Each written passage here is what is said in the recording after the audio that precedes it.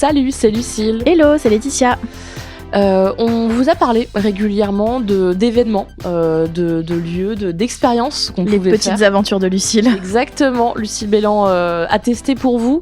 Et récemment, je me suis rendue dans un événement, même le type d'événement, je l'avais jamais fait. C'est un munch and play. Alors, c'est quoi un munch ? Alors Première question. Alors déjà un munch, c'est un apéro. Alors je vous le dis, il y en a différentes sortes, mais globalement il y a les deux grandes familles de munch. Il y a les munch polyamoureux, des gens qui se retrouvent pour échanger des expériences, pas pour draguer, c'est pas des trucs pour draguer, mais se retrouvent dans des bars basico-basiques en after work pour parler de ce qu'ils vivent, pour parler des émotions qu'ils ressentent un peu. C'est pas tout à fait un groupe de parole, mais c'est pas non plus, voilà, c'est vraiment un apéro entre personnes qui partagent les mêmes expériences de vie. Et il y a aussi le munch BDSM qui exactement le même concept, c'est-à-dire c'est des gens qui se retrouvent dans des bars, encore une fois, basico-basiques. Vous pouvez aller dans un bar et croiser un groupe de 15 personnes qui vont être là pour parler de trucs BDSM. Donc et dans cette famille du munch, il y a le munch et le munch and play.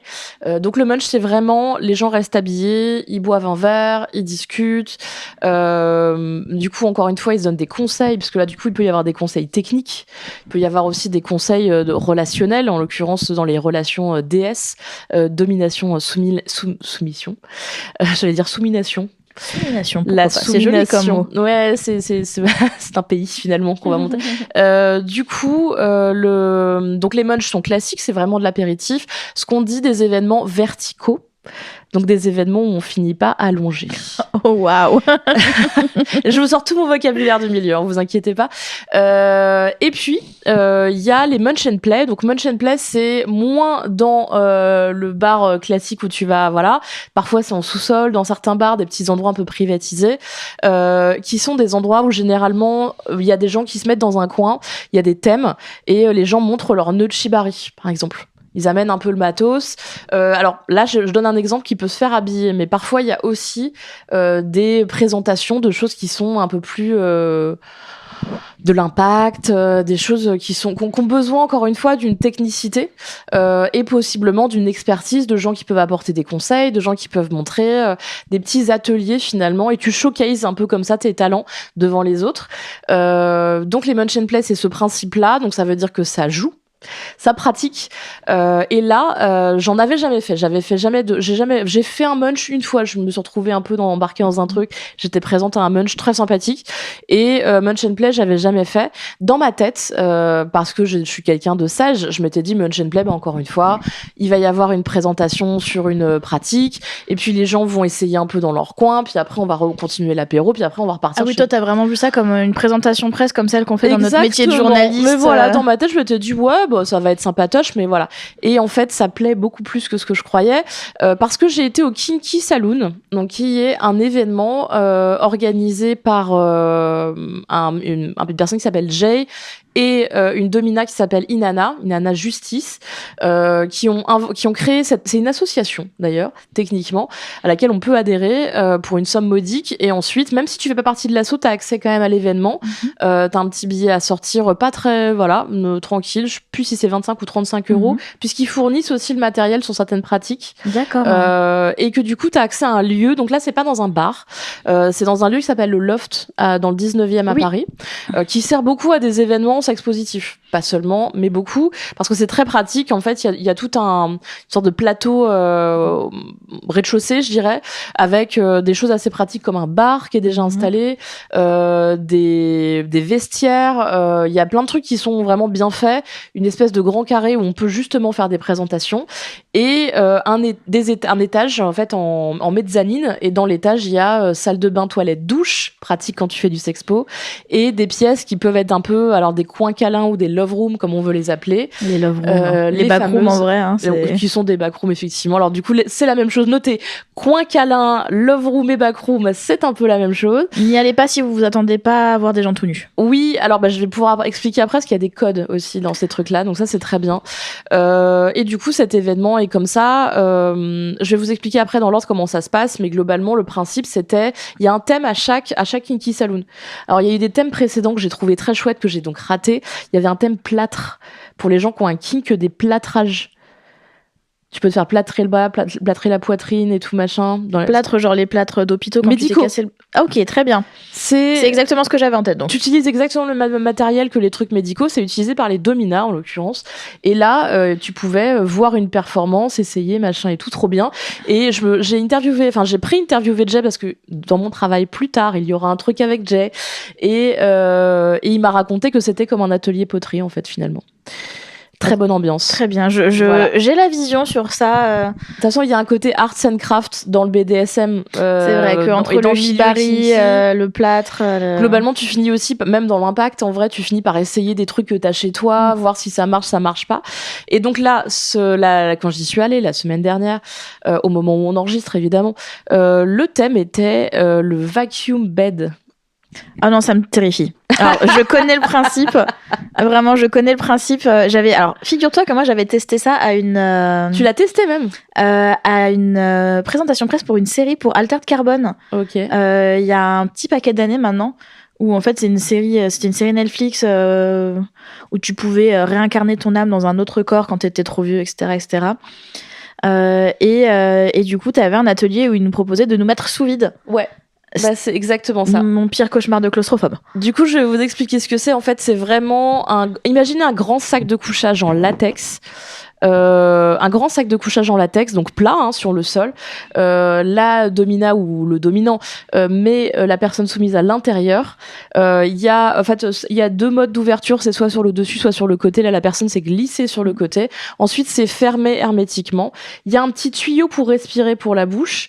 Et ensuite, avec un système... alors vraiment, j'ai pas regardé, mais je pense que c'est un aspirateur en vrai. Oui, c'est un aspirateur. Il y a une aspiration de l'air qui fait que tu es mis sous vide. A priori, ça augmente les sensations, donc il y a moyen de se faire toucher de l'extérieur de plein de manières différentes. Je ne crois pas qu'il y ait de l'impact dans ce truc, mais plus des griffures, des choses comme ça, des caresses.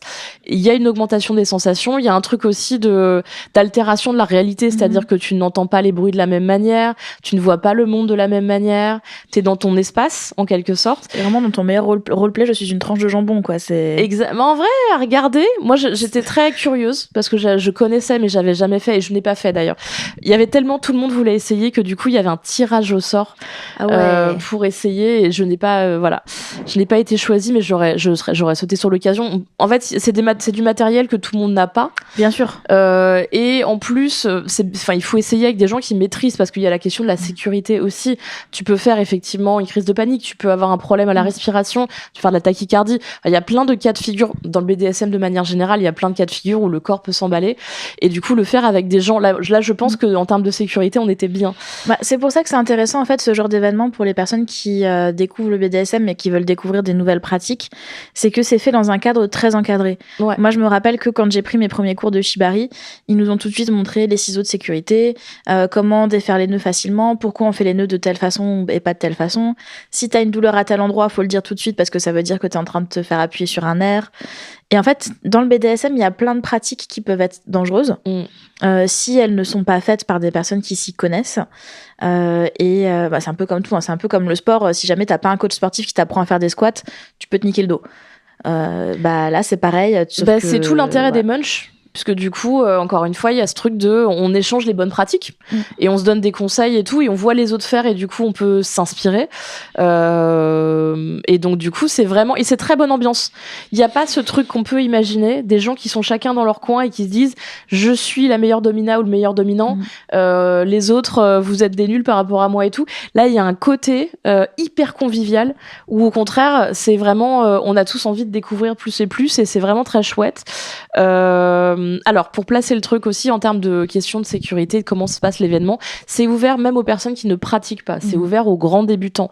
C'est ouvert aux personnes qui pratiquent, qui s'y connaissent déjà un peu et qui veulent découvrir des nouvelles pratiques ou des nouveaux trucs. Et c'est aussi ouvert aux gens qui veulent faire des trucs fun parce que c'est une soirée très fun où là, pour le coup, on peut vraiment juste venir pour play et voir des potes, des gens qu'on connaît du milieu et ainsi de suite. C'est ouvert vraiment à toutes les sortes de gens. En plus, comme c'est fait par des personnes qui ont mon âge, ça commence tôt. Et ça, c'est très chouette. Les portes ouvrent à 18h30 avec une fermeture des portes. Et ça, c'est très chouette aussi. Une fermeture des portes à 20h, il me semble. Ouais, ça doit être 20h. Et ensuite, plus personne ne rentre. Ce qui veut dire, alors c'est pareil, c'est aussi une question de sécurité, c'est-à-dire qu'il n'y a pas des gens qui viennent en touriste n'importe quand dans la soirée, tout le monde voit l'atelier au départ, pareil, tout le monde a le speech de départ et tout le monde, on sait qui est là, qui est pas là. Ensuite, on peut partir évidemment n'importe quand on veut. Oui. Vous n'êtes pas enfermé dedans jusqu'à la fin de la soirée finit à minuit. Pareil, dernier carat, c'est-à-dire que c'est bien précisé, à minuit, tout le monde dehors, minuit 30, le lieu est vidé. Donc, j'ai trouvé déjà cet aspect organisationnel hyper cool, parce que c'est en semaine, c'est un jeudi soir, mais pour des gens qui ont une vie, globalement, ont un travail, ont des enfants, c'est quand même extrêmement accessible sur cette notion-là. La babysitter, elle peut rester de 20h à minuit et vous êtes tranquille. Et puis c'est vrai que cet aspect organisation, il est rassurant à plein de niveaux, parce que c'est le genre d'événement où tu as des gens qui vont vouloir venir par curiosité un peu malsaine parfois. Moi, je sais que c'est un peu le problème que j'ai avec les énormes soirées BDSM où n'importe qui peut prendre sa place et venir assister, c'est qu'il y a des gens qui y vont en mode freak show. Ouais. Je suis au cirque, je vais voir des gens faire des trucs bizarres, avec des gros guillemets, parce que voilà. Je vais pouvoir un peu me moquer d'eux, pas forcément sur le moment, mais plus tard. Où il y a un truc aussi de mateur, mais pas dans un sens... pas dans le sens un peu genre je mate parce que c'est sexy, mais je mate parce que j'ai l'impression d'être au spectacle, quoi. Ouais. Sachant que, je le dis là, c'est vraiment une micro-parenthèse, mais en vrai, mater, c'est participer. Donc, du coup, il y a tout un truc aussi on peut regarder. C'est pas interdit de regarder, c'est d'ailleurs même incité dans ce genre d'événement. On doit regarder ce que font les autres, parce que c'est comme ça qu'on apprend. Mais pas regarder en mode malsain. Il y a des façons de regarder, voilà, tout simplement. Et puis, si on a un doute, on peut aussi demander aux gens si c'est OK de regarder. C'est aussi possible, et c'est cool. Enfin, en vrai, c'est une bonne pratique. C'est plutôt encouragé. Et donc, du coup, on arrive là-dedans. Alors, moi, j'arrivais vraiment en mode fin de journée, pareil, encore une fois. Alors là, il faut s'habiller, il y a une tenue. Alors, est-ce que, comme c'est le Kinky Saloon, tu dois mettre un chapeau de cow-boy et des bottes Santiago? Il n'y a pas... D'ailleurs, il faut que je leur demande pourquoi c'est Saloon, alors qu'il n'y a rien qui rappelle quoi que ce soit avec les cow-boys. Je suis extrêmement déçue. Je suis désolée, c'est comme ça. Après, si soit ton kink, c'est de venir en full meuf cow-boy, mais moi, je pense que tu m'invites à un événement qui s'appelle le Kinky Saloon.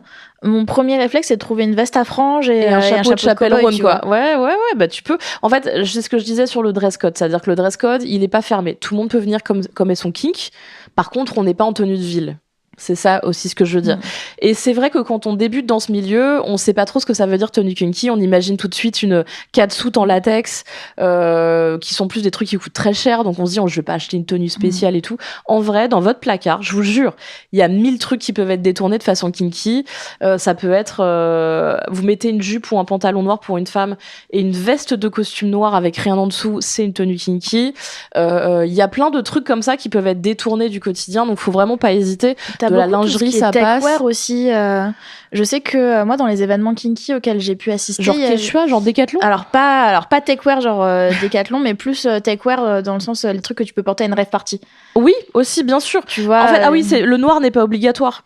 Dans le milieu BDSM, on imagine aussi tout de suite des trucs hyper noirs et tout. En vrai, si votre persona, si votre kink, si votre délire, c'est le rouge, le rose fluo, même les couleurs et tout, n'hésitez pas. Il y a pas de problème avec ça. Au contraire, il y a plus de gens qui viennent vous voir quand vous avez une tenue originale pour vous dire qu'elle est stylée que pour vous dire là tu détonnes et tout machin. T'étais habillée comment toi du coup? Eh bien justement, d'ailleurs sans le faire exprès, j'ai annoncé j'avais mis un harnais, mais pas un harnais en cuir, un harnais élastique parce que je ne voulais pas me sentir serrée, j'avais la flemme. Une veste de costume Agnès B noir et un pantalon. Un pantalon que j'ai acheté, je vais même vous dire, pour vous dire, on imagine aussi pareil que pour ce genre de tenue kinky, il faut aller dans des boutiques, des sex shops, des machins. Quand t'es une meuf, tu te dis j'ai pas essayé, je vais pas rentrer dedans, ça va pas être terrible. J'ai trouvé un pantalon en simili-cuir chez Calzedonia, qui est en fait un legging en simili-cuir. Oui, c'est vrai qu'ils en font. Qui a dû me coûter 20 balles. Et c'est un truc, vous le portez, et vous pouvez le porter en soirée kinky, c'est absolument aucun problème. Et en vrai, je portais un pantalon en me disant, c'est ma sécurité, je vais pas faire de conneries. Pas dans le sens ça me rappelle l'époque où je me disais je m'épile pas comme ça je suis sûre que je vais pas baiser avec un mec en soirée, exactement pareil, c'était un peu mon truc de genre allez je rentre pas tard et je fais pas trop de bêtises, wink wink, mais un pantalon. Et je ne vous dirai pas si c'était un mauvais choix ou pas, mais en tout cas vraiment. Et donc encore une fois pareil, une femme dans ce genre de soirée on peut porter un pantalon. y a pas de souci. Par exemple, si on connaît un peu les codes du libertinage, c'est rare de voir une femme en pantalon, c'est plus incité la jupe, la robe et tout, et la lingerie. Là, il y a vraiment, vous pouvez être habillé, vous pouvez être déshabillé, vous pouvez être à moitié les deux, vous pouvez être en couleur, en noir et tout. Le truc, c'est qu'il faut une tenue qui sort de l'ordinaire que vous porteriez pas au travail. Voilà. En gros, il y a évidemment des gens qui vont avoir des full tenues latex magnifiques, des trucs, j'ai vu une bonne sœur latex, il y a des trucs magnifiques vraiment comme ça. C'est pas votre style, votre persona et tout, vous pouvez encore une fois admirer et dire aux gens que c'est bien et que c'est beau, mais votre style, ça peut être beaucoup plus casual que ça. Comme moi j'ai fait vraiment ma persona ce soir-là, c'était vraiment la businesswoman kinky, quoi. Tu vois, et vraiment on peut faire vraiment, tout est possible. Et personne va vous juger à l'entrée là-dessus. Et d'ailleurs, si vous avez un doute, moi ça m'est arrivé, j'ai des potes ou des personnes que je connais, même des personnes qui écoutent ce podcast, qui parfois me veulent aller à des soirées dont j'ai parlé, genre la nuit féline ou des trucs comme ça, à créer qui m'envoie un petit DM pour me dire est-ce que tu peux valider ma tenue. Donc je vous le dis, puisqu'on est entre nous, si vous avez un doute sur votre tenue, envoyez-moi un petit DM et dites-moi ce que vous voulez mettre et puis je vous dirai si ça passe ou pas. Voilà. Et même la photo, un petit peu la Christina Cordula des soirées kinky. La photo sera évidemment pas obligatoire parce que le but c'est pas de pareil. Moi je m'en fous de recevoir votre photo, mais du coup vraiment vous pouvez, y a pas de souci. Et je l'ai fait 1000 fois pour le travail aussi. C'est vrai que des fois je me réveille le matin, je me dis j'ai une soirée kinky, comment je m'habille? On se la pose forcément même quand on est habitué, et en vrai moi j'ai pas assez peu investi dans des trucs parce que c'est vraiment très cher. Ouais, c'est un investissement pour un truc qui est un peu business quand même pour nous. Et puis moi mon poids il fluctue trop. Oui. Et en plus, moi j'adore le latex, j'ai une passion pour le latex, c'est pour ça que j'étais très contente d'aller à cette soirée, sauf que le problème c'est que pareil, j'ai pas envie de galérer à mettre une tenue, à perdre 2000 calories en foutant du talc partout et en me saucissant dedans. C'est très beau. Alors, encore une fois, il y a des femmes de des corps différents dans le latex, c'est toujours beau, mais c'est un petit effort pour rentrer dedans quand même. Donc, et pour l'instant, je ne le fais pas. Surtout quand tu t'habilles en solo. Aussi, pareil, il faut penser aussi si on a de l'aide, pas d'aide et tout. Pareil, quand on met un corset, moi je sais que mettre un corset toute seule, chiant. S'il se lasse pas devant, s'il se lasse derrière, infernal. Donc tout ça, il faut le penser. Donc vraiment, n'hésitez pas. Et puis Vinted. Encore une fois aussi, pareil, si vous hésitez, Vinted. Vinted et même les friperies. Moi, je sais que tu peux trouver des très belles collections de lingerie vintage en friperie. Ouais, des corsets, des trucs comme ça, corsets, pas cher. Des petites nuisettes, des fonds de robes qui peuvent faire des vraies robes. C'est un bon plan pour s'habiller de façon. N'hésitez pas sur la seconde main. En plus, c'est des choses que vous pouvez renettoyer chez vous si vous avez peur. Oui. Donc, en fait, il y a pas de souci. Et au contraire, ça évite de surconsommer et d'acheter des trucs en synthétique sur des sites parce que c'est pas cher, machin et tout. Achetez plutôt des trucs vintage. Justement, ce sera d'ailleurs, enfin, honnêtement, quand tu fais la diff à l'œil, un petit fond de robe en soie en soirée, même, vous allez vous dire c'est un truc de mamie, mais en vrai, c'est très sexy, quoi. Donc, voilà, une petite parenthèse. Quand on arrive à la soirée, il y a plusieurs choses. En l'occurrence, cette soirée-là, les gens sont le bar est fourni. Enfin, c'est les gens qui viennent à la soirée qui fournissent le bar. Donc en fait, vous payez votre ticket d'entrée, mais vous donnez aussi une bouteille et un truc à grignoter. Et toute la soirée, il y a toujours un truc à grignoter et une bouteille dans le frigo. Il y en a beaucoup d'ailleurs au bout d'un moment. Il y a évidemment les personnes du Kinky Saloon font le service. C'est chouette. Moi, je trouve que c'est chouette parce que du coup, il y a une incitation à amener du soft. Ce qui est très bien dans le cadre du BDSM. Oui, on évite de faire ça avec l'esprit altéré comme ça. On n'est pas dans la surconso du tout. D'ailleurs, je peux vraiment le dire pour avoir été à la soirée. Il y a vraiment ce truc très safe. Tout le monde fait gaffe. Tout le monde se surveille aussi pour ça. Vraiment, il n'y a pas de... Et puis, personne boit de la vodka, tu vois. Et encore une fois, au début, ça commence, il est 20h. Au max, tu bois une bière, tu vois. Genre, t'es pas en train de te foutre une grosse race. Il y a pas les Jägermeister surposés sur le bar. Et du coup, les grignotages, c'est très chouette aussi, du sucré, du salé. Et pareil, dans le mail de préparation, ils te disent bien, n'amenez pas des cahuètes. Tout le monde amène des cahuètes, il va en avoir trop, donc amenez autre chose. C'est assez chouette, moi je trouve, cette espèce d'approche. Et en vrai, c'est rare que dans les soirées kinky, il y a à manger toute la soirée pareil aussi. Et en fait, comme t'as une baisse d'énergie avec les hormones et tout machin quand tu pratiques, c'est bien d'avoir un petit truc à grignoter. Sucré ou salé d'ailleurs. Donc très très bien. Ça, enfin moi c'est mon côté daronne, mais je trouve que c'est vraiment un truc qui fait la différence. On te donne un petit bracelet lumineux, les fameux bracelets de rêve. Le petit bracelet lumineux, tu sais, que tu casses en deux et du coup ça brille toute la nuit. D'ailleurs, le mien, je l'ai encore, je l'ai foutu dans ma chambre en rentrant. Il brille depuis une semaine. C'est de la bonne qualité. C'est de la bonne qualité. Et petit truc encore de daronne, et là vraiment on leur dit bravo, c'est qu'en fait si tu fais plusieurs Kinky Saloon, tu peux acheter un bracelet réutilisable. Et du coup, tu vas leur demander, et plutôt que, et celui-ci te le donne gratuit, celui que, voilà. Il est vert si tu acceptes si t'as envie de participer. mais ça ne t'oblige pas à faire des choses. Il est rouge si tu veux juste regarder, que tu veux participer, que tu veux juste être voilà. Et tu peux changer en cours dans la soirée. Très bien. Ah, ça c'est bien. Voilà, donc vraiment très bien. Et il y a des référents au long de la soirée que tu peux aller voir, quel que soit le problème, pour changer de bracelet, pour machin.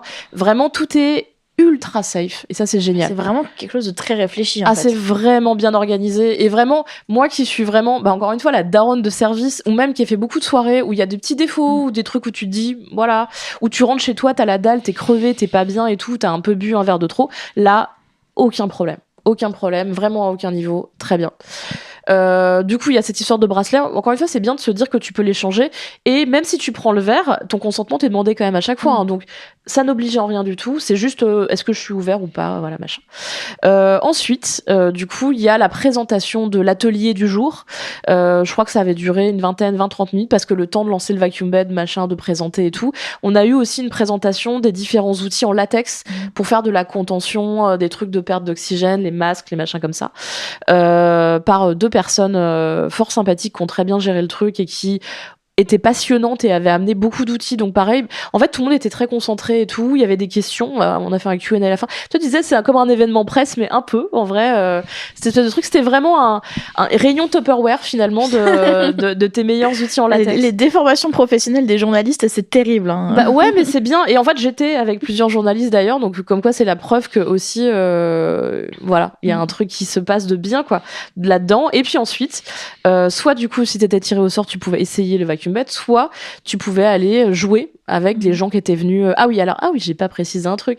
Cette soirée n'est pas ouverte aux personnes seules pour des questions de sécurité. Ça c'est bien. Tu ne peux t'inscrire qu'à 2 ou à 3 et il faut arriver ensemble et repartir ensemble. C'est très bien. Ça veut dire que tu vas pas te retrouver avec un mec random. Des mecs seuls. Voilà, qui a vu de la lumière et qui est rentré et qui s'est dit. Ou des meufs seules, soumises et qui se retrouvent à faire des trucs qu'elles regrettent après.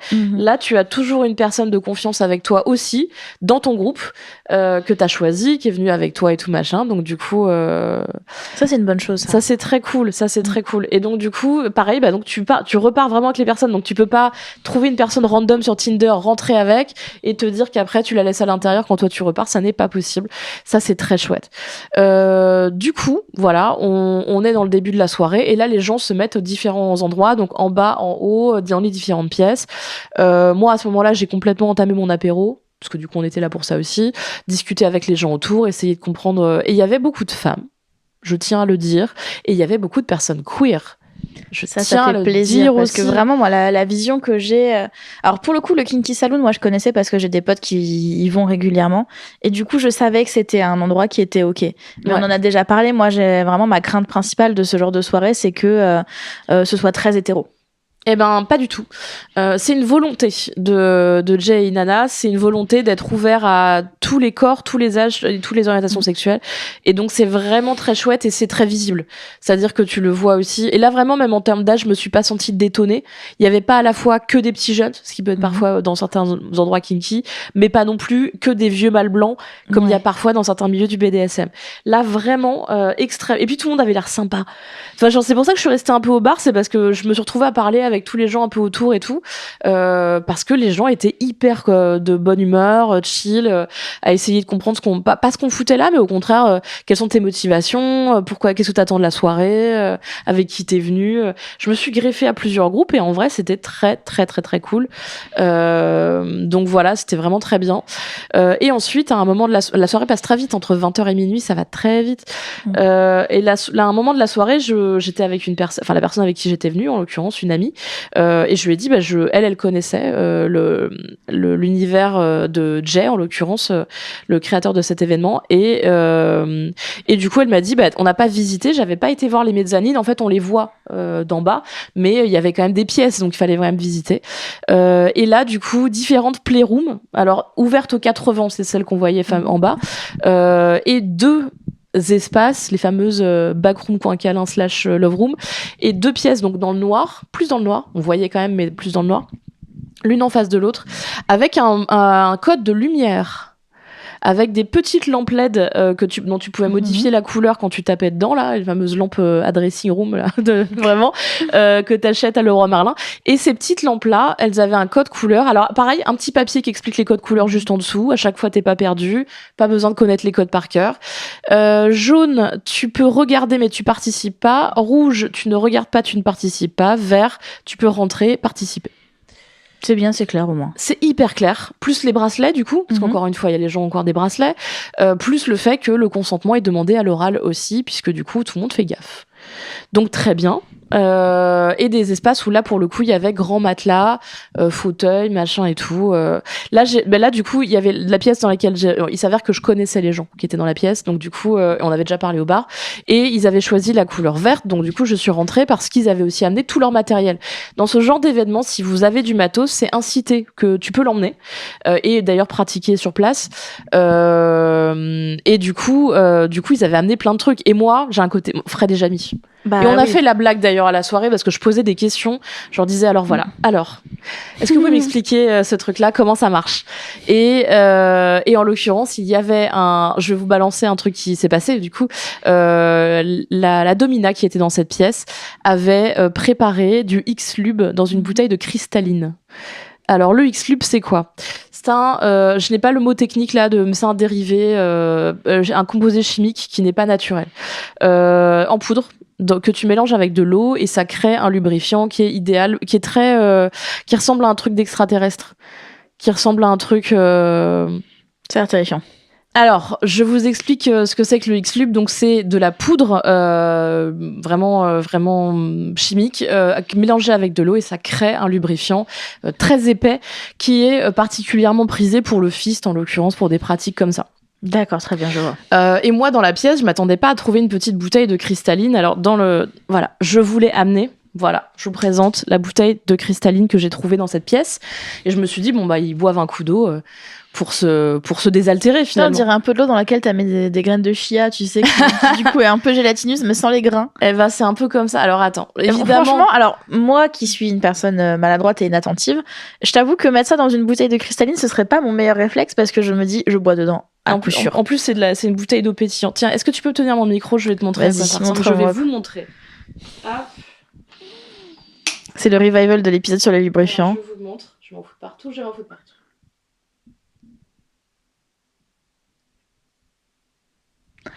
Ah ouais, ok, donc ça fait des espèces de longs filaments. Hop. J'espère que ça se voit bien au niveau de la caméra. Moi aussi. Tu veux pas toucher ? Non, c'est mort. Hop. J'ai pris du sopalin. Voilà. Ah putain, tu me rends le micro. J'en ai encore sur les mains. Qu'est-ce que c'est que ce truc ? Alors, ça ressemble vraiment à du gloubi-boulga d'extraterrestre. Et donc, du coup, on m'a présenté ça. J'étais en mode Fred et Jamie 3 milliards. J'étais tellement contente. Genre, combien tu mets de doses de poudre ? Et en fait, la bouteille, c'est une explication. C'est parce qu'en fait, elle met un bouchon de poudre dans les 3/4 d'une bouteille d'eau et ensuite tu fais ça. On va refermer la bouteille avant que. T'as trop peur qu'on la fasse tomber ? Oui, je crains pour ton tapis. Alors en fait, je vous le dis, pour avoir essayé. Est-ce que ça tâche ? Alors ça ne tâche pas. Fantastique. Ça sèche sans faire de film bizarre. Ah, moi je m'attendais à ce que ça laisse un peu des résidus. Absolument pas. Blanche, Eh bien non, pas du tout. Contrairement à l'alginate, ça ne laisse pas de pellicule blanche. Moi, pour vous dire, j'en ai utilisé une partie dans cette soirée parce que ça me faisait trop marrer. Et ensuite, j'ai enfilé mon t-shirt en partant et j'ai eu rien de dégueu, machin. Et en plus, ça laisse la peau sèche, pas collante. Ce qui est quand même très chouette. Là, tu vois, je l'ai sur les mains. J'ai pas du tout les mains qui collent.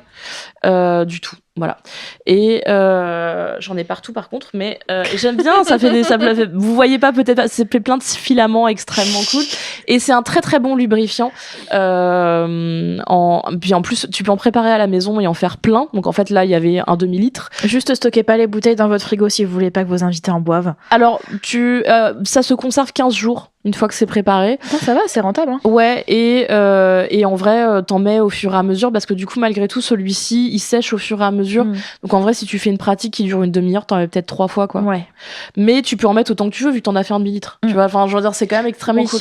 Et quand t'achètes un paquet de poudre, ça te fait un paquet de lubrifiant. C'est vrai. Donc il faut penser à ça en termes de produits, c'est vraiment très chouette. Donc moi j'ai découvert ce produit, j'étais refaite de repartir en découvrant ça. Moi je vois vraiment l'aspect pratico-pratique. C'est que si jamais tu dois prendre l'avion et que tu veux pas te trimballer ta bouteille de lubrifiant dans l'avion, t'emmènes la poudre et t'as pas les questions de liquides qui peuvent se renverser dans la valise, qui peuvent pas passer à la douane. Et ça je vous dis en plus, donc pour des pratiques comme le fist, oui, pour des pratiques comme le massage body-body, c'est-à-dire que tu t'en mets un demi-litre sur le corps et on se frotte les deux corps ensemble et tout, oui. Ça peut s'utiliser de plein de manières différentes. Il y a plein de pratiques qu'on n'imagine pas. Enfin, vraiment, c'est vraiment canon. Ah si, il y a un truc, ça n'est pas comestible. Ah. Donc, faut pas le boire, quoi. C'est compatible capote, puisque du coup, ça les rend pas poreuses. Non. C'est compatible sextoy aussi. Oui, mais par contre, ça se boit pas, évidemment. Ça, voilà, tu peux t'embrasser quand même et tout machin viteuf, mais tu fais pas d'oral avec ça, quoi. En vrai, je pense que c'est un risque minimal. En fait, c'est parce que c'est une poudre qui vient de l'industrie cosmétique et pas alimentaire. Mais en réalité, je pense que si t'en prends quelques gouttes dans la bouche, c'est pas très grave. T'as un peu mal au bide peut-être au max, mais en fait vu on boit des bubble tea toute la journée, donc en fait dans les trucs bizarres qu'on fout dans notre bide, je pense que donc voilà, donc en vrai vous serez pas on peut pas vous conseiller d'en boire, mais on est obligé de vous dire aussi que c'est donc déconseillé de faire de l'oral avec, mais par mégarde si ça arrive, c'est pas d'une gravité extrême. Faut pas appeler un centre antipoison si ça a été en contact avec votre bouche, quoi. Voilà. Et ça se rince pas trop mal, mais c'est quand même mieux d'attendre que ce soit sec pour pouvoir prendre une douche, parce que sinon ça glisse. Sinon après le gel se réactive quand tu mets de l'eau dessus. Moi je me suis lavé les mains à un moment parce que je m'en suis servi pour faire marrer quelqu'un à la maison et sur mes mains comme ça pour faire voilà extraterrestre, et après je me suis lavé les mains tout de suite après, mes mains sont restées vachement collantes pendant pas collantes mais gluantes pendant assez longtemps, donc faut mieux attendre que ça sèche, et ça sèche vite. Voilà, donc j'ai découvert ce truc là et j'ai discuté avec les gens, j'ai découvert plein de leurs objets personnels. C'était vraiment, du coup, encore une fois, on était dans un délire de partage, de convivialité, il y a plein de trucs. On parle de sextoys souvent, mais il y a aussi plein de sextoys que t'achètes pas, encore une fois, parce qu'ils sont chers et parce que tu te dis, je sais pas si ça va me plaire, et si tu veux les avoir pour une fois, tu mets pas 100 balles dans une sleeve à pénis hyper réaliste de 40 cm, tu vois. Et du coup, c'est ce genre d'événement aussi qui permet de voir les outils, de les toucher, de parfois les essayer si les gens sont d'accord. En termes d'hygiène, d'ailleurs, il y a douche, toilette, accessible toute la soirée, ce qui est assez cool. Et dès le départ, à la présentation, moi j'ai cru que c'était une blague et après j'ai réalisé que non. Ils ont dit oui, alors bon, les gens qui veulent faire du peace play, vous pouvez, mais dans la douche. Et le seul truc qu'on interdit, c'est les douches romaines. Et moi, sur le coup, je me dis, au fait, c'est quoi une douche romaine ? Enfin, je check rapido. Et en fait, c'est les jeux de vomi. D'accord, j'ai appris un nouveau mot. Voilà, je t'ai appris un truc. Merci le Kinky Saloon de nous apprendre du vocabulaire. Et pas pour des questions évidentes, encore une fois aussi, d'hygiène, de propreté et tout. Oui. Mais globalement, pareil, comme c'est un milieu extrêmement safe, les gens vont se laver les mains entre les pratiques, nettoyer les sextoys. Y a vraiment, moi j'ai trouvé que c'était canon sur ce truc-là. Et encore une fois, à minuit, après, tu te rhabilles, tu rentres chez toi, t'es frais, et le lendemain matin, tu vas au bureau, quoi. Donc moi je vous le conseille sans réserve, surtout que Inanna, qui est donc la co-créatrice de cet événement, est elle-même domina professionnelle et propose aussi tout au long de la soirée de faire des initiations. En l'occurrence là, elle faisait une initiation sur les masques en latex pour enlever l'air. Donc on est sur des gens qui sont passionnés, qui aiment bien faire de la pédagogie. Alors je vous le dis aussi, donc cette association Kinky Saloon, les personnes donc qui les ont créées, donc Jay et Inanna, ont aussi une boîte de production et donc font des vidéos pédagogiques de certaines pratiques liées au BDSM qu'ils mettent en ligne, qui sont disponibles. Ils ont aussi une boîte de production de films porno inclusifs et queer. Et au mois de janvier prochain, ils vont lancer un festival du film porno, pareil, expérimental, qui s'appelle, c'est un jeu de mots, Once You Porn a Time. Ok. Want YouPorn ou YouPorn. Oui, YouPorn. Je sais plus, je l'ai plus. Mais donc ce sera en début d'année prochaine. Moi, j'y serai. Je pense qu'on vous en parlera parce que du coup, ce sera peut-être l'occasion de faire un épisode. Et c'est des gens qui ont à cœur de faire découvrir de manière safe et de manière ludique des tonnes de pratiques. Et moi, je trouve ça, pour moi, qui est cette espèce de curiosité journalistique, mais aussi presque enfantine. Enfin, moi, j'ai mon côté, j'aime bien découvrir des choses. Je trouve que c'est très rassurant de savoir qu'on peut être accueilli dans la communauté, même en débutant, même en connaissant pas. Même, tu vois, nous, par exemple, le vocabulaire, parfois, on ne l'a pas toujours. Bah oui, même en s'y connaissant, on apprend toujours des nouvelles choses. Bien sûr, et donc, et de savoir qu'on va pas être jugé pour ça, moi, je vous le dis, en tout cas, n'hésitez pas, quelles que soient les villes où vous êtes. Alors là, du coup, le Kinky Saloon, c'est à Paris, mais il y a aussi du bruit dans la cage pour les gens qui aiment le BDSM. Donc, je vous dis encore, c'est des événements qui sont très souvent BDSM. N'hésitez pas. Et d'ailleurs, dès l'entrée, n'hésitez pas à dire que vous n'êtes jamais venu, parce que vous serez extrêmement bien accueillis. Et il faut vraiment pas hésiter à faire ça. Moi, je le dis aussi pour les clubs libertins, les clubs BDSM. Dites toujours à l'entrée que c'est votre première fois, parce que vous aurez une visite des personnes, vous aurez des codes qu'on vous sera donnés, on vous surveillera tout au long de la soirée. Et puis on va pas vous shame en mode c'est la première fois que tu viens, t'es un néophyte, etc. C'est pas l'ambiance. Au contraire, le but est, à chaque fois, vous allez vous rendre compte, et moi je le vois en travaillant là-dedans au quotidien, les gens sont passionnés et heureux de faire découvrir leurs trucs. Et donc tu peux le voir dans la vie avec, tu sais, quand tu fais les routes des vins, les vignerons qui sont trop contents de te faire découvrir toute leur cave, machin, ou n'importe quel artisan, en fait, en réalité, dans le milieu du sexe, c'est la même chose. Les gens sont trop contents de te montrer, du coup, leur préparation de lubrifiant qu'ils ont fait maison, leurs outils, leurs pratiques. Et il y a ce truc de vouloir aussi transmettre. Et on transmet aussi les bonnes pratiques, parce que du coup, c'est aussi un état d'esprit, une façon d'aborder le sexe, le consentement. Et ça, c'est vraiment fort dans la communauté, cette volonté de transmettre ces bonnes pratiques. Donc vraiment, il faut pas hésiter, si vous avez envie, si vous vous dites, ah, c'est pas pour moi parce que je suis pas assez kinky, j'ai pas de catsuit en latex, je machin et tout. Allez-y. Allez voir au moins une fois. Et moi, je vous conseille cet événement, mais encore une fois, il y en a d'autres et il y en a un peu partout en réalité. Alors, pas partout en France, parce que du coup, c'est des événements. Là, je dirais qu'il y avait peut-être une cinquantaine de personnes. C'est un peu le problème de ces événements, c'est que ça reste très parisien / francilien. Après, dans les grandes villes de France, il y en a. Je pense que Marseille, Lyon, Bordeaux. Si vous avez des questions là-dessus, en vrai, contactez les organisateurs d'une soirée que vous connaissez. Typiquement, les gens du Kinky Saloon, je pense qu'ils sont au courant des soirées qu'il peut y avoir ailleurs en France, parce qu'il y a quand même des échanges entre les organisateurs de ce type d'événements. Donc, ils pourront peut-être vous renseigner et vous dire, dans tel endroit, etc., etc. Ça peut être un bon moyen d'avoir des informations. Alors, si vous êtes intéressé au BDSM et que vous avez l'impression de ne pas connaître encore suffisamment, il y a aussi un réseau social lié au BDSM qui s'appelle FetLife et qui est le Facebook des BDSM en gros. Quel que soit le type de pratique, des kinks, il y a du DS classique, mais il y a plein d'autres choses. Et sur cet endroit, il y a aussi les organisations de soirées, les organisations de munch, les gens qui du coup se connaissent. Il y a un peu un truc de rencontre aussi, si tu cherches une personne en particulier avec qui pratiquer un truc. Donc, il faut pas hésiter à aller créer un compte aussi. Encore une fois, vous pouvez le faire de façon anonyme. Il n'y a pas besoin que tout le monde vous reconnaisse sur votre photo, que vous mettiez votre tête. Enfin, je veux dire, vraiment. Sur FetLife, il y a vraiment ce truc où la plupart des photos, c'est des photos un peu kinky. Donc, oui. Donc, ne vous inquiétez pas sur le fait qu'on va vous reconnaître ou que vous allez avoir des problèmes avec vos collègues. Ce sera pas le cas. Donc, vraiment, ouais. Donc, n'hésitez pas. Passez par FetLife si vous voulez avoir les événements. Et sur les munch, là, pour le coup, les munch, pas les munch and play, ce genre de gros événements, mais sur les munch classiques, il y en a vraiment beaucoup plus que ce qu'on croit. Il y en a vraiment dans plein de villes. Donc pareil, regardez sur Facebook encore une fois, sur Instagram. Il y a des petites assos, des petits collectifs ou des groupes de potes.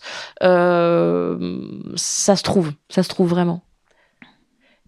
Donc t'as envie d'y aller maintenant ? Est-ce que je t'ai chauffé ? Absolument pas. Oh, c'est toujours pas ma scène, moi, ce genre d'événement. Je suis désolée, Lucille, je pense pas que je serai la personne qui t'accompagnera sur ce genre d'aventure. Mes potes m'ont déjà proposé en vrai le Kinky Saloon. J'ai déjà fait des événements BDSM par le passé, des choses comme ça, plus dans un cadre journalistique que dans un cadre personnel. C'est pas ma scène. Voilà, c'est vraiment pas mon univers. Je pense que je suis trop curieuse de tout ça et je vais trop partir dans des tunnels autistiques de poser des questions à tout le monde pour que c'est exactement ce que j'ai fait. Le côté kinky me parle, et du coup en fait je vais trop prendre ça comme un truc professionnel dans tous les cas.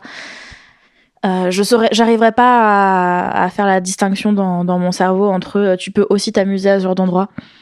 Donc non, c'est pour ça, c'est vraiment pas ma scène. Je suis trop curieuse de ces univers pour que ça puisse être ma scène. Je comprends, c'est une bonne raison. Moi, je pense que j'y retournerai.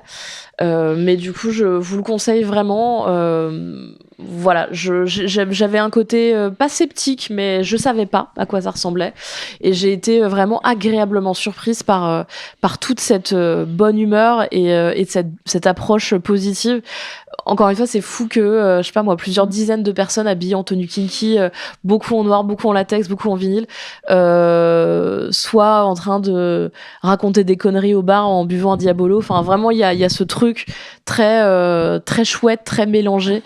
C'est pas si sérieux que ça, le BDSM. Non. Faut pas imaginer ça comme dans 50 Shades of Grey avec des gens très sérieux qui font la gueule tout le temps et qui sont très intenses dans leur pratique. En fait, c'est des vrais gens. C'est des vrais gens qui aiment bien la rigolade aussi et qui aiment les blagues un peu potaches aussi et qui peuvent boire un Diabolo violette avant d'aller faire un fist. Voilà, exactement. C'est convivial et cette convivialité on aime beaucoup, donc vraiment moi je valide beaucoup le Kinky Saloon. Je pense que je vais aller explorer les autres Munch & Play de Paris d'ailleurs, dont on m'a dit beaucoup de bien aussi. À suivre pour cette histoire de Jay, où je vous ai annoncé qu'il y aurait probablement une interview de Jay. Pas dans ce podcast mais ailleurs, mais voilà, on vous en parlera. Et puis cet événement, généralement ce genre d'événement s'arrête pendant l'été. Il y a une pause estivale, du coup je crois que le prochain va avoir lieu dans le courant du mois de juin. Je n'ai pas le thème déjà. Et ensuite, il y aura une reprise en septembre. Donc pareil, tous ces événements ont d'ailleurs des comptes Instagram qui ne sont pas strikés là pour le moment. Donc n'hésitez pas à rejoindre les comptes Instagram aussi, ça mange pas de pain. Et vous aurez toutes les infos. Voilà. Merci beaucoup Lucille pour cette nouvelle aventure Lucille va explorer les événements BDSM parisiens. On termine cet épisode en vous rappelant que Laetitia Lucille présente les aventures de Lucille est un podcast TDA Prod, produit et réalisé par Benjamin Septem-Ours et enregistré chez Madame Chat. Nous sommes disponibles sur toutes les plateformes d'écoute, sur YouTube. On est très actifs sur les réseaux sociaux et vous êtes beaucoup à regarder nos vidéos, c'est super, continuez. On vous embrasse et on vous dit à dans 2 semaines. À dans 2 semaines.